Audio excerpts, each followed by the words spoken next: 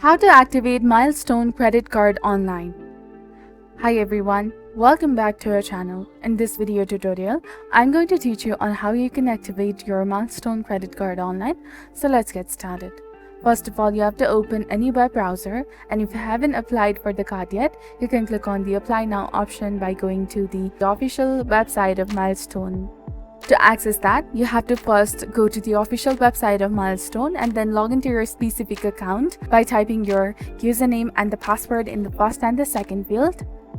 And then log into your Milestone account. And once you're in your account, select Activate the Card option and follow the on-screen instructions to enter your card number, security code, and personal identification details.